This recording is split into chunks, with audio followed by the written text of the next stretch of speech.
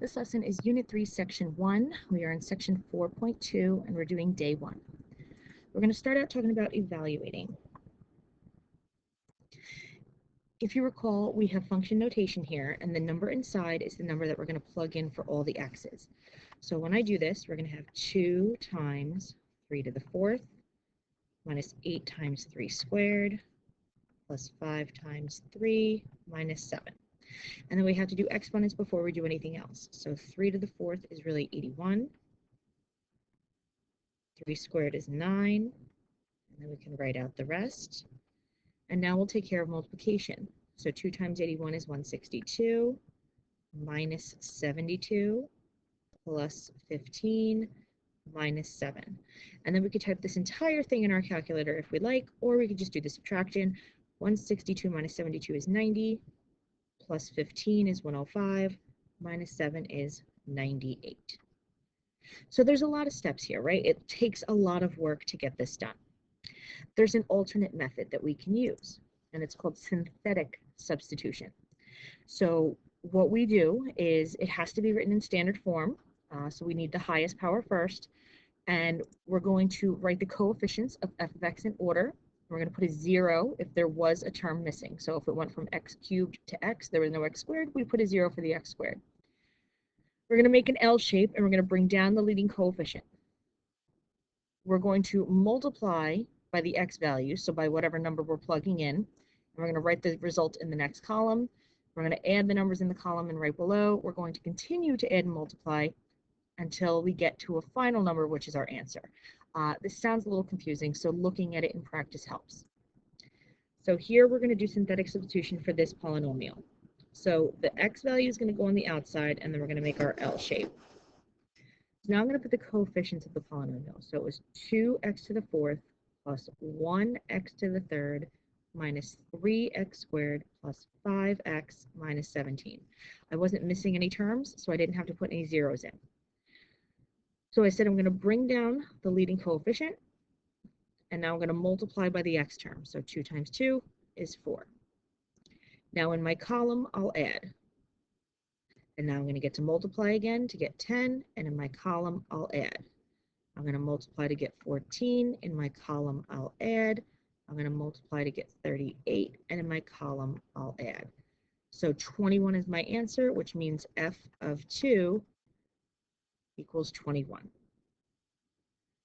Let's do another one together. So the number that goes on the outside this time is -2.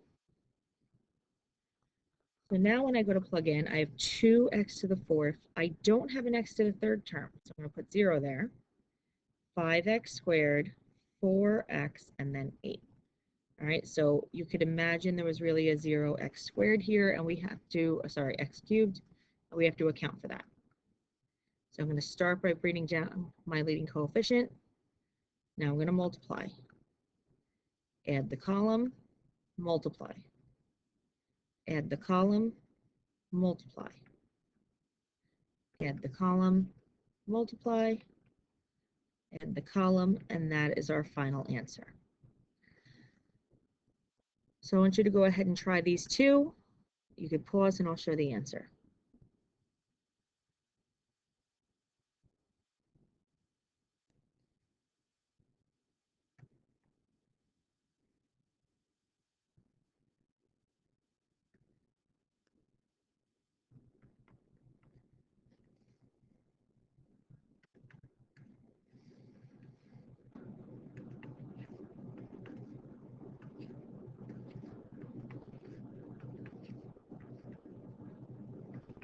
Okay, so I'm not showing you all the work here, but I am showing you the setup so you know where the zeros went and our final answers.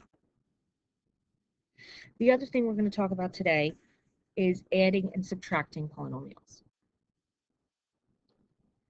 And to do that, we're going to add or subtract the coefficients of like terms. So like terms are terms with the same variable and exponent. So we're only going to focus on the numbers in front of them.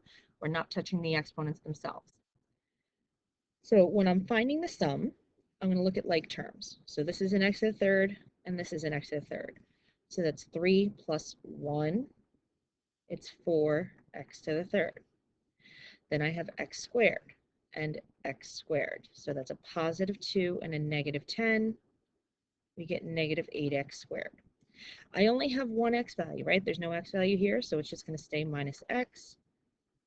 And then we have negative 7 and positive 8. We get plus 1.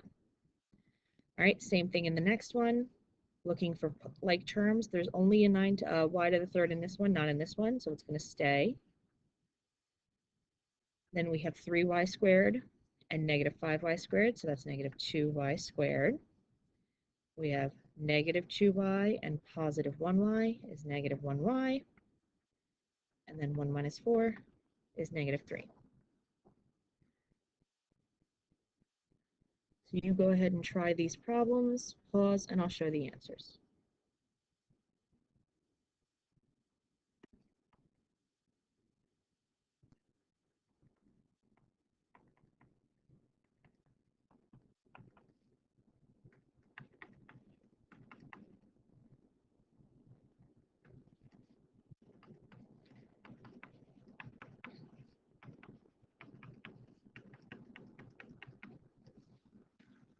All right, so there's your answers for those sums.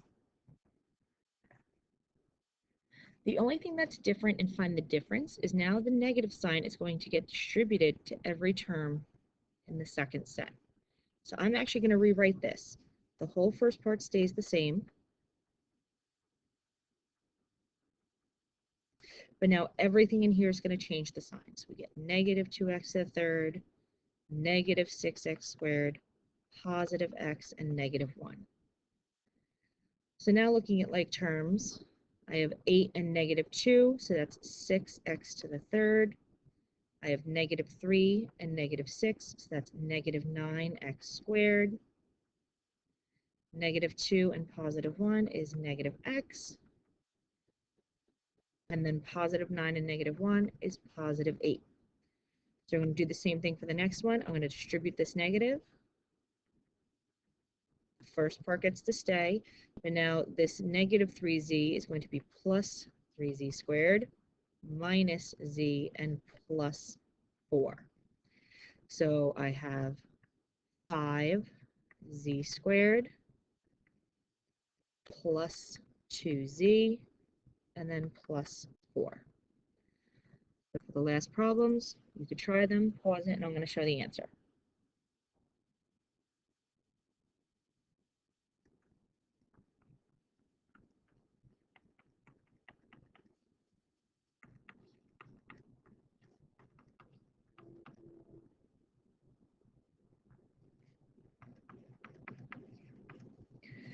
All right, so there's your answers, and that is day 1 of Unit 3.1.